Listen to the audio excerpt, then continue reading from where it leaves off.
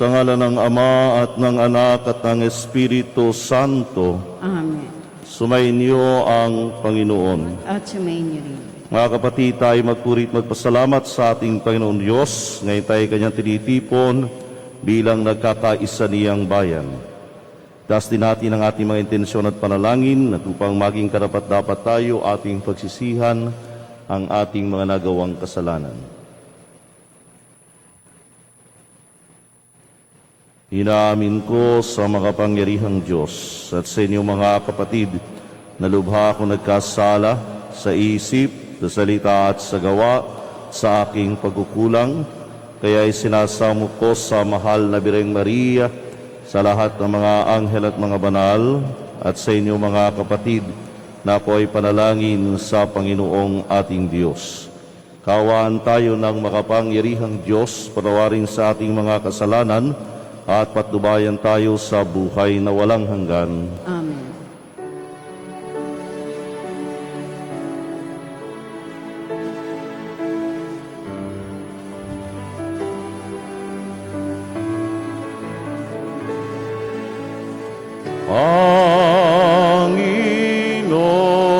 Panginoon, kaawaan mo kami.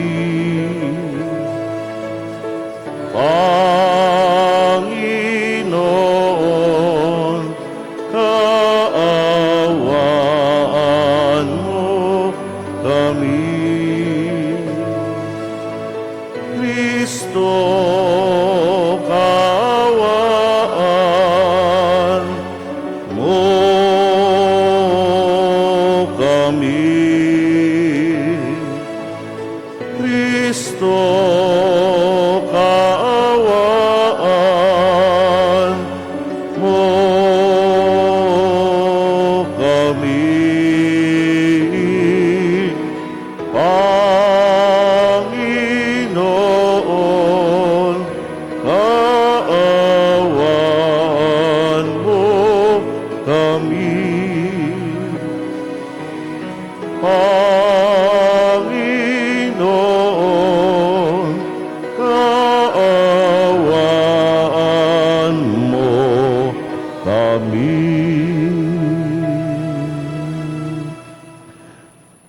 Manalangin tayo. Ama naming makapangyarihan, lakas ka ng mga walang inaasahan kundi ikaw. Ang pagluhog namin ay iyong pagbigyan sapagkat kami mga tao lamang, napawang may hina kapag iyong iniwanan.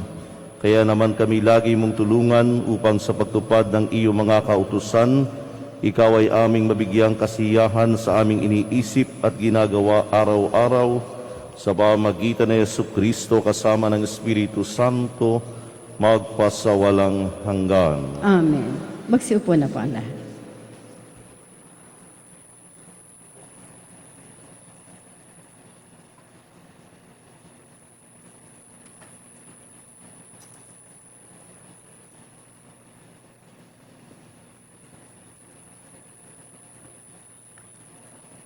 Pagbasa mula sa ikalawang aklat ng mga hari. Dumating ang oras na si Elias ay kailangan ng kunin ng Panginoon. Noon ay naglalakad sila ni Eliseo buhat sa Gilgal. Pagdating nila sa Jericho, sinabi ni Elias kay Eliseo, "Maiwan ka na rito, pagkat pinatutuloy ako ng Panginoon sa Jordan." Ngunit sinabi niya, "Naririnig ako ng Panginoon, hanggang buhay ka, hindi ako hihiwalay sa iyo." At nagpatuloy sila ng paglakad. Sinundan sila ng pangkat ng mga propeta at pinanuod sa di kalayuan nang sila'y tumigil sa tabi ng ilog Jordan. Hinubad ni Elias ang kanyang balabal at inihampas sa tubig. Nahawi ang tubig at sila'y tumawid. Pagkatawid nila, sinabi ni Elias, Sabihin mo sa akin kung ano ang ibig mong gawin ko para sa iyo bago ako kunin. Sumagot si Eliseo, ipinakikiusap kong ipamana ninyo sa akin ang 2 bahagi ng inyong kapangyarihan. Sinabi ni Elias, mabigat ang inihingi mo. Gayunman, pag nakita mo akong kinuha, mangyayari ang kahilingan mo. Pag hindi mo makakamit ang hinihingi mo. Patuloy silang nag-uusap habang naglalakad. Walang ano-ano'y pumagitna sa kanila ang isang karwaheng apoy na hila ng mga kabayong apoy. Nagkahiwalay sila at si Elias ay niakyat sa langit sa pamamagitan ng ipo-ipo. Ito'y kitang-kita ni Eliseo. Kaya't napasigaw siya, Ama ko, lakas at pag-asa ng Israel. At nawala sa paningin niya si Elias. Sa tindi ng kalungkutan, pinunit ni Eliseo ang kanyang damit mula itaas hanggang sa laylayan. Dinampot niya ang nalaglag na balabal ni Elias at nagbalik sa gilid ng ilog Jordan. Hinawakan niya sa isang dulo ang balabal at inihampas sa tubig. Sabay sabi, nasaan ang Panginoon, ang Diyos ni Elias? Nahawi ang tubig at siya'y tumawid. Ang salita ng Diyos. Salamat sa Diyos. Magpakatatag ang tanang, may tiwala sa may kapal. Magpakatatag ang tamang tiwala sa may kapal. Puon ang pagpapala mo'y iyong ilaan. Sa mga anak mong may takot na taglay, kagilagilalas, malasinino man, ang pagkaliga mo sa mga hinirang na mga nagtitiwala sa iyong pagmamahal. Magpakatatag ang tanang may tiwala sa may kapal. Iyong kinalinga at iningatan mo laban sa adhika ng masamang tao. Dinala sa ligtas na dakong kublihan upang di hamakin ng mga kaaway. Magpakatatag ang tanang may tiwala sa may kapal. Mahalin ang puon ng mga hinirang ng lahat ng tapat na mga nilalang. Ang tapat sa kanya ay iniingatan, ngunit ang palalo'y pinarurusahan. Magpakatatag ang tanang may tiwala sa may kapal. Magsitayo na po ang lahat.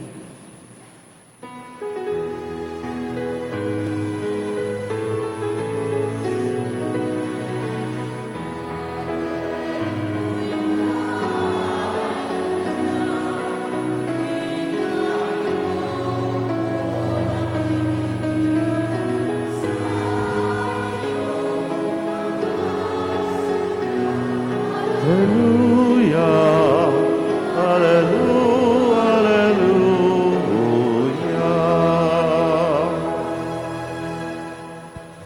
Sumainyo ang Panginoon. At samayin niyo rin. Ang mabuting balita ng Panginoon ayon kay San Mateo. Papuri sa iyo, Panginoon. Noong panahong iyon, sinabi ni Jesus sa kanyang mga alagad, pag-ingatan ninyo na huwag maging pakitang tao lamang ang paggawa ninyo ng mabuti. Kapag ganyan ang ginawa ninyo, wala kayong matatamong gantimpala buhat sa inyong amang nasa langit. Kaya nga, kapag naglilimos ka, huwag mo nang ipagmakaingay ito katulad ng ginagawa ng mga mapagpaimbabaw doon sa sinagoga at sa mga lansangan, Ginagawa nila ito upang purihin sila ng mga tao. Sinasabi ko sa inyo, tinanggap na nila ang kanilang gantimpala. Ngunit kung naglilimos ka, huwag mo nang ipaalam ito kahit sa iyong pinakamatalik na kaibigan upang malihim ang iyong paglilimos. At gagantihan ka ng iyong amang nakakakita ng kabutihang ginagawa mo ng lihim. At kapag nananalangin kayo, huwag kayong tumulad sa mga mapagpaimbabaw. Mahilig silang manalangin ng patayo sa mga sinagoga at sa mga panulukang daan upang makita ng mga tao. Sinasabi ko sa inyo, tinanggap na nila ang kanilang gantimpala. Ngunit kapag mananalangin ka, pumasok ka sa iyong silid at isara mo ang pinto. Saka ka manalangin sa iyong amang hindi mo nakikita at gagantihan ka ng iyong amang nakakakita ng kabutihang ginagawa mo ng lihim. Kapag nag-aayuno kayo, huwag kayong magmukhang malungkot tulad ng mga mapagpaimbabaw. Hindi sila nag-aayos upang malaman ng mga tao na sila'y nag-aayuno. Sinasabi ko sa inyo, tinanggap na nila ang kanilang gantimpala. Kapag ikaw ay nag-aayuno, mag-ayos ka ng buhok at maghilamos upang huwag mapansin ng mga tao na nag-aayuno ka. Ang iyong amang hindi mo nakikita, ang siya lamang nakaalam nito. Siya nakakakita ng kabutihang ginagawa mo ng lihim, ang gaganti sa iyo. Ang mabuting balita ng Panginoon. Pinupuri ka namin, Panginoong Heso Kristo. Magsiupo na po ang lahat. Magandang umaga po sa inyong lahat. Magandang umaga po. Pag sinabi pong pakitang tao, ano ba ang ibig sabihin? E di yung pong nakikita ng tao. Yung panlabas na nakikita natin bilang tao. Kaya nga, may tendency kuminsan ng tao na pagandahin ang kanyang sarili o kaya pagandahin ang kanyang ginagawa sapagkat nagnanais siya na siya ay purihin, nagnanais siya na siya ay pansinin, nagnanais siya na hangaan, kaya hanggat maaari maging maganda ang kanyang sarili, ang kanyang ginagawa sa paningin ng iba. Pero iba ang hinihingi ng Diyos. Ang hinihingi ng Diyos ay hindi ang maging pakitang tao lamang ang anumang ating pinapahalagahan.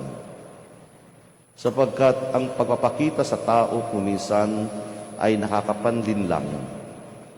Maaaring maayos sa labas, pero sa loob ay puno ng kabulukan. Ito yung sinasabi parati ni Jesus sa mga eskriba at mga pariseyo. Dahil ang kanilang ginagawa ay halos pakitang tao lamang. Kaya karaniwan, inilalarawan sila ni Jesus parang isang puntod, maputi, maganda sa labas, pero sa loob ay puno ng kabulukan. Binabanggit po ni Jesus yung tatlong mahalagang gawain ng mga Hudiyo para ipakita nila na sila ay malapit sa Diyos. Ang pananalangin, ang pag-aayuno, ang paglilimos. Nakaraniwan itong tatlong ginagawang ito o gawaing ito ay ginagawa ng mga eskriba at mga pariseyo sa makikita ng tao. Karaniwan, sa plaza, sa liwasan, o sa anumang lugar na sila'y mapapansin. Para sabihin na sila'y banal, para sabihin na maganda ang kanilang ginagawa. Pero ang nangyayari, ang kanilang buhay naman ay taliwas sa kanilang ginagawa. Kaya nga, ang sabi ni Jesus sa kanila, pakitang tao lamang. Kapag gumagawa tayo ng isang bagay na mabuti, hindi natin dapat na ito ay ipinagyayabang. Hindi ito dapat ipinagpapahanga, sapagkat maaari tayong mandinlang ng kapwa, pero ang Diyos hindi tumitingin sa panlabas na ginagawa. Ang Diyos tumitingin sa ating puso. Kaya nga, sabi ng Panginoon, gagawin ang lahat ng palihim. Hindi ipinagsisigawan, hindi ipinagpapahanga, hindi itinataas ang sarili. Kaya nga, sabi ng Jesus, kung ikay mananalangin, pumasok ka sa iyong silid. Huwag mong ipagyabang na ikaw ay nagdadasal. Sapagkat kumisan, yun ang tendency ng tao. Ipagyabang na siya ay sumisimba, ipagyabang na siya ay nananalangin, ipagyabang na siya ay nagdidibusyon. Pero tingnan din ang sarili, papasok tayo sa silid ng ating sarili para tingnan ano ba ang motibo natin, ano ba ang dahilan natin kung bakit tayo nagdadasal, kung bakit tayo sumisimba, kung bakit tayo nananalangin. Dahil ba tayo ay nakikiuso lang? Dahil ba ito ay hinihingi lang? O talagang totoo tayo sa ating ginagawa dahil gusto nating mapalapit sa Diyos? Kapag tayo naglilimos, ito ba'y dapat parating ini-announce? Ito ba'y dapat parating pinipicturan, ipinopost sa Facebook, ipinagyayabang, inilalagay sa pader, inilalagay sa tarpaulin? Mas maganda, pag ikay nagbibigay, hindi mo na ipinagpapaalam. Kaya nakakatuwa po yung mga nagbibigay at sasabihin, huwag nyo na pong i-announce. Huwag nyo na pong ipaalam. Sapagat ang paggawa ng kabutihan ay hindi ipinagmamalaki para hangaan. Ang paggawa ng kabutihan ay tungkulin natin bilang tao, bilang Kristiyano sa ating kapwa. Hindi dapat ito ipinagyayabang. Pangatlo, sabi ni Jesus, kapag ikay nag-aayuno, huwag mong ipagmapamukha na ikaw ay malungkot, na ikaw ay nahahapi sa buhay. Kapag ikay nag-aayuno, gawin mo ito na may sakripisyo at mas kakalugdan ka ng Diyos. Sa makatuwid, isa lang po ang hinihingi sa atin. Maging totoo sa anumang ginagawa. Maging totoo sa anumang pinapahalagahan. Hindi nagkukunwari, hindi nagbabalat kayo, hindi nagpapakitang tao. Sapagkat sa bandang huli ng buhay, ito'y ipapakita natin sa Diyos, hindi sa tao. Ang Diyos na hindi natin kayang linlangin. Ang Diyos na hindi natin kayang lukuhin sa ating ginagawa. Sapagkat sabi natin kanina, ang Diyos ay tumitingin, hindi sa panlabas, kung hindi sa kalooban. Kaya kung meron tayong pagagandahin, kung meron tayong pauunlarin, ito ay ang ating puso, itutulad sa puso ni Jesus upang magi tayong kaaya-aya sa ating Panginoon Diyos na huhusga sa buhay natin ayon sa kalooban natin.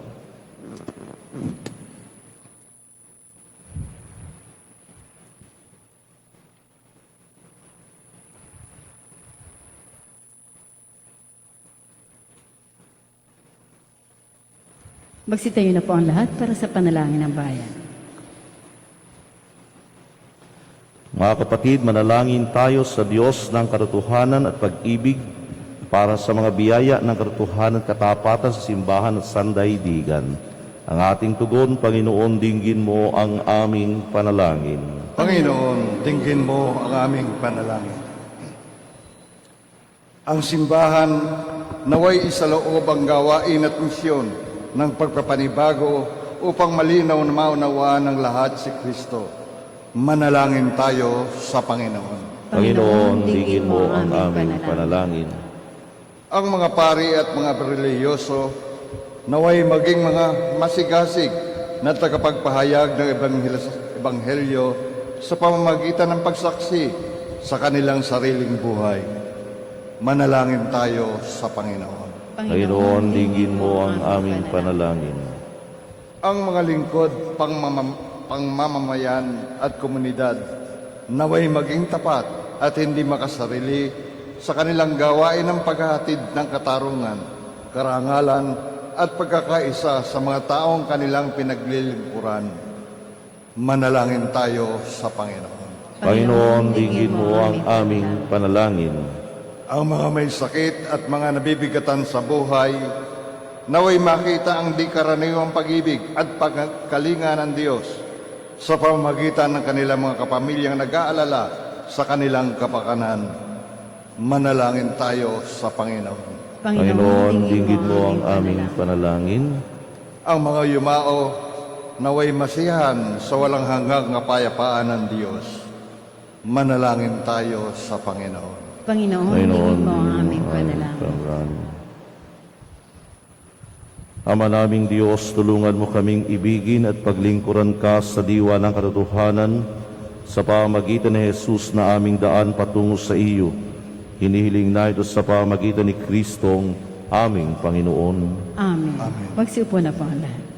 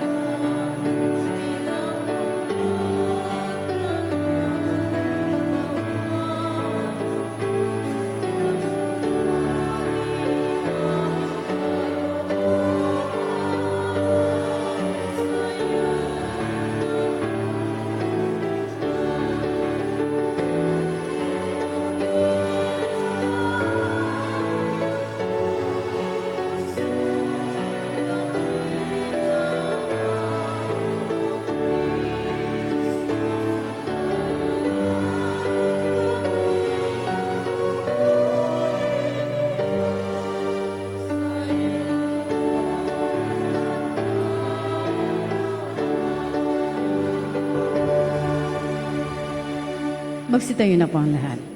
Manalangin kayo mga kapatid upang paghahain natin ay kalugdan ng Diyos sa mga makapangyarihan. Tanggapin nawa ng Panginoon paghahain sa iyong mga kamay, sa kapurihan niya at karangalan sa ating pakanabangan at buong sambayan ng banal. Ama naming lumikha, kami ginawa mong may angking katauhan na dapat pakanin at pangalagaan, at iyong dinudulutan ng banal na paikinabang. Pagalo mong kami huwag magkulang sa mga iniuukol mo sa aming kapakanan, sa pamamagitan ni Jesucristo kasama ng Espiritu Santo, magpasawalang hanggan. Amen. Sumainyo ang Panginoon. At sumayin niyo rin. Itaas sa Diyos ang inyong puso at diwa. Itinas namin sa Panginoon. Pasalamatan natin ang Panginoong ating Diyos. Marapat na siya ipasalamatan. Ama naming makapangyarihan, tunay ngang marapat na ikaw ay aming pasalamatan. Pinagbibigyan mo ito'y aming maihayag kahit na ito'y walang anumang maidaragdag sa kadakilaang sa iyo ay likas. Sa pagupuri namin ang nakikinabang ay kami ring iyong pinaikihirapan sa pamagitan ng iyong anak na minamahal. Kaya kaysa ng mga anghel na nagsisiyawit ng papuri sa iyo nang walang humpay sa kalangitan, kami nagbubunyi sa iyong kadakilaan.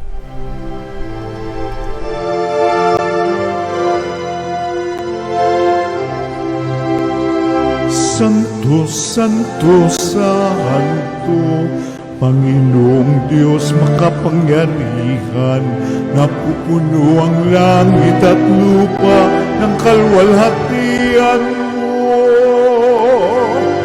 Hosana sa kaitaasan, pinagpalang na paririto sa ngalan ng Panginoon. Hosana sa kaitaasan.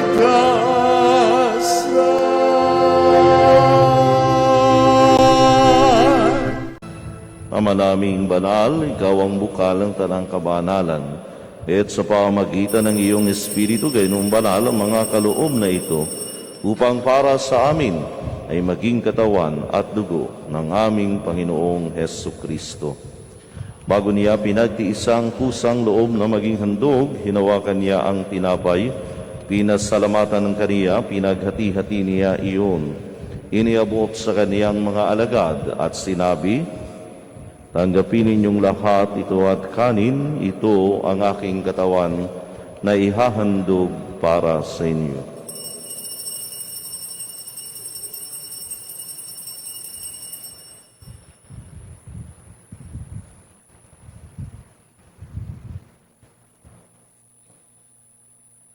Gayon din naman, nung matapos ang hapunan, hinawakan niya ang kalis, muli kaniyang pinasalamatan. Iniabot niya ang kalis sa kaniyang mga alagad at sinabi, "Tanggapin ninyong lahat ito at inumin, ito ang kalis ng aking dugo ng bago't walang hanggang tipan. Ang aking dugo na ibubuhos para sa inyo at para sa lahat sa kapagpapatawad ng mga kasalanan. Gawin ninyo ito sa pag-alala sa akin."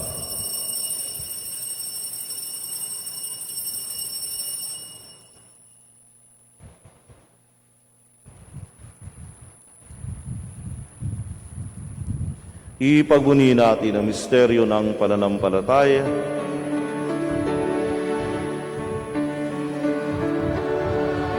Si Kristo'y nabuhay, si Kristo'y babalik sa wakas ng panahon. Ama, ginagawa namin ngayon ng pag-alala sa pagkamatay at muling pagkabuhay ng iyong anak. Kaya tiniaalay namin sa iyo ang tinapay na nagbibigay buhay at ang kalis na nagkakaloob ng kaligtasan. Kami nagpapasalamat dahil kami iyong minarapat na tumayo sa harap mo para maglingkod sa iyo. Isinasamo namin kami magsasalo-salo sa katawan na dugo ni Kristo ay buklod sa pagkakaisa sa pamagitan ng Espiritu Santo. Ama, lingapin mo ang iyong simbahang laganap sa buong daigdig. Puspusin mo kami sa pag-ibig kay San Francisco na aming Papa at ni Melrey na aming Obispo at ng Talang Kaparian. Alalahanin mo rin ang mga kapatid naming nahimlay na may pag-asang sila'y muling mabubuhay, gayon din ang lahat ng mga pumanaw. Kawan mo sila patuloyin sa iyong kaliwanagan. Kawan mo paginapatin kaming lahat na makasalo sa iyong buhay na walang wakas. Kaysa ng mahal na Birheng Maria na ina ng Diyos ni San Jose na kaniyang esposo, kaysa ng mga apostol ni San Fernando at ng lahat ng mga banal na namuhay dito sa daigdig ng kalugod-lugod sa iyo, may pagdiwang nawa namin ang pagpupuri sa kararangal mo sa pamagitan ng iyong anak na aming Panginoong Hesu Kristo. Sa pamagitan ni Kristo, kasama niya at sa Kaniya, ang lahat ng parangal at papuri sa iyo, Diyos amang makapangyarihan, kasama ng Espiritu Santo, magpasawalang hanggan. Amen. Amen. Amen. Magsitayo na po ang lahat. Bilang nagkakaisang mga anak ng Diyos, sumasama tayong tumawag sa ating Ama sa Langit.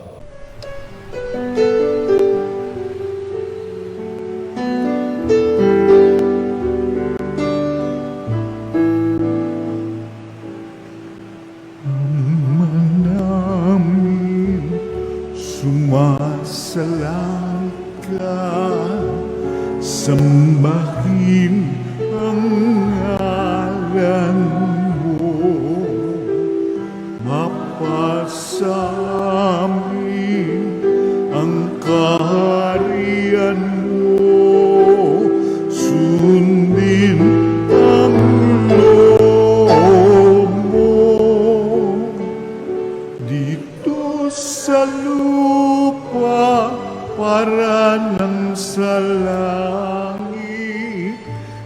bigyan mo po kami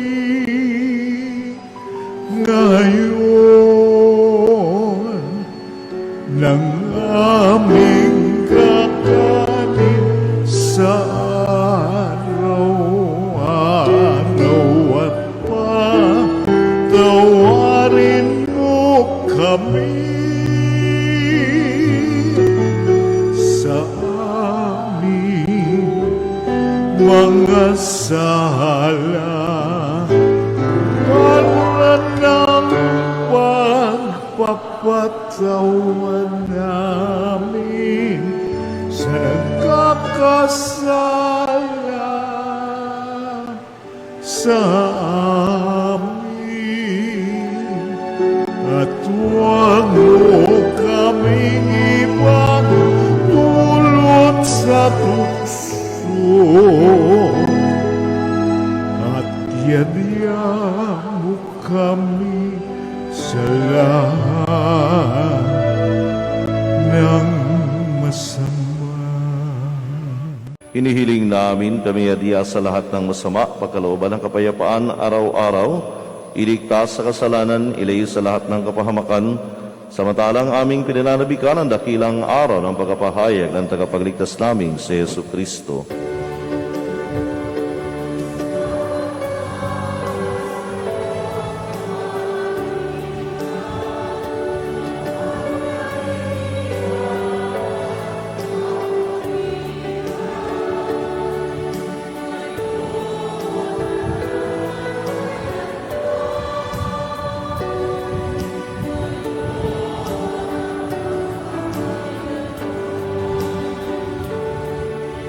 Panginoong Jesucristo, salamat mo sa iyong mga apostol, kapayapaan ang iniiwan ko sa inyo, ang aking kapayapaan ang ibinibigay ko sa inyo.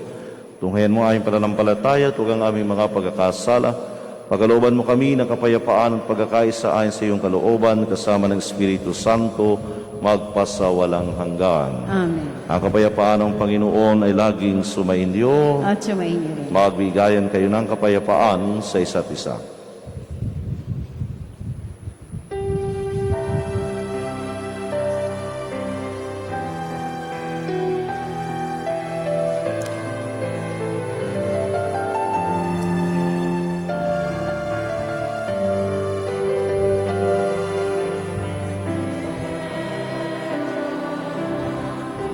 Diyos na nag-alis ng mga kasalanan ng sanlibutan,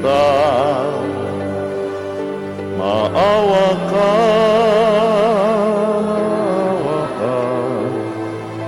sa amin. Kordero ng Diyos na nag-aalis ng mga kasalanan ng sanlibutan, maawa ka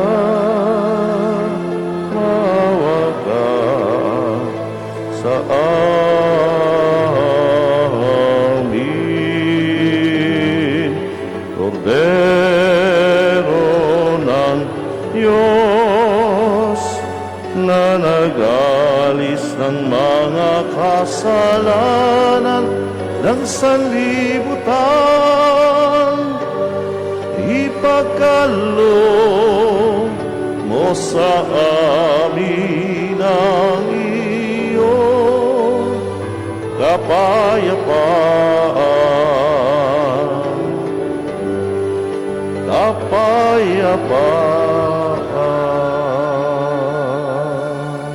Magsiluhod na po ang lahat. Ito si Kristo ang Kordero ng Diyos. Ito ang nag-aalis ng kasalanan ng sanlibutan. Mapalad tayong inaanayakan sa kaniyang piging. Panginoon, hindi ako dapat na magpatuloy sa iyo, ngunit sa isang salita mo ay gagaling.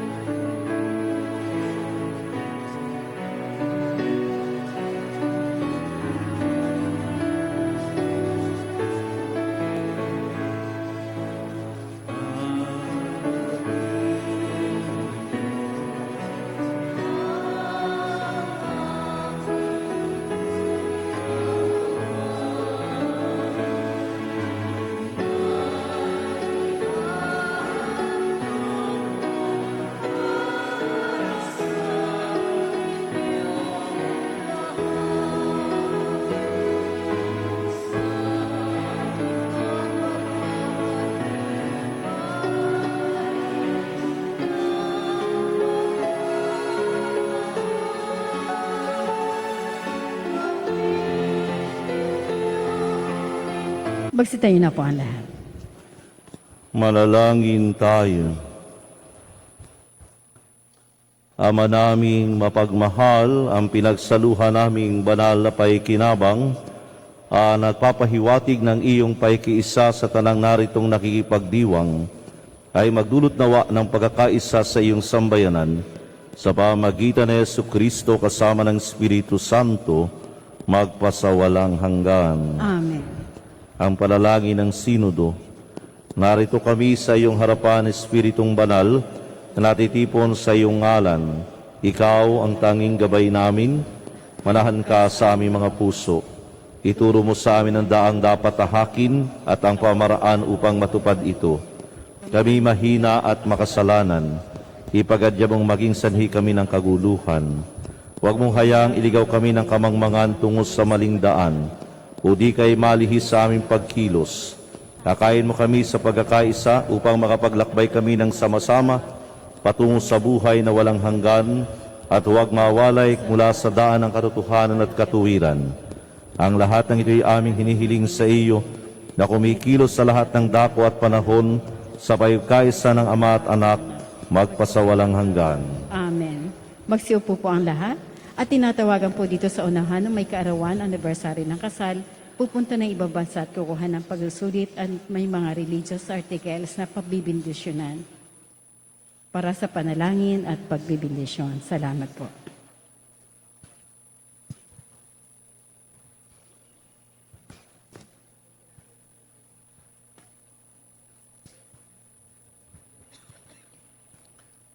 Amanay pagmahal sa nagumulang lahat ng mabuting bagay, hinihiling namin, basbasan mo ang aming mga kapatid na nagdiriwan ng kaarawan, anibersaryo ng kasal at sa iba't iba nilang pangailangan at pagdiriwang. Pagkalooban sila mas mahaba at makahulugang buhay, mabuting kalusugan, mapayapang kalooban, maliwanag na kaisipan ng mga tapat na kaibigan, maayos sa hanap buhay at kaligtasan sa anumang kapahamakan. Basbasan mo rin ang kanang at hadikain upang ito'y matupad ayon sa iyong kalooban. Pagpalain mo rin ang langangkan at mga mahal sa buhay. Higit sa lahat, patagin mo sila sa pananampalataya, patibayin sa pag-asa, pag-alabid sa pag-ibig. Hiling na ito sa pamagitan ni Kristong aming Panginoon. Amen. Nawigawanan din ng Diyos sa pagkapala mga kasangkapat sa panalangin upang ito'y maging gabay sa pagtaak sa kabanalan, paghangad ng buhay sa kalangitan sa pamagitan ni Kristo kasama ng Espiritu Santo, magpasawalang hanggan. Amen.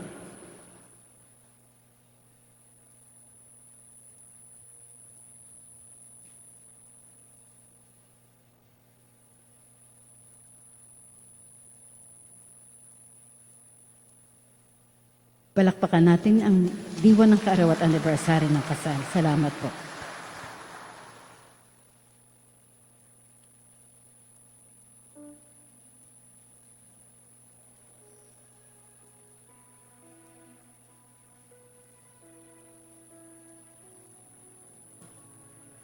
Magsitayo na po ang lahat. Sumainyo ang Panginoon At sumainyo rin. at pagpalain kayo ng makapangyarihang Diyos, Ama, Anak, at Espiritu Santo. Amen. Sa ating pagdiriwang, humayo kayong mapayapa. Salamat sa Diyos.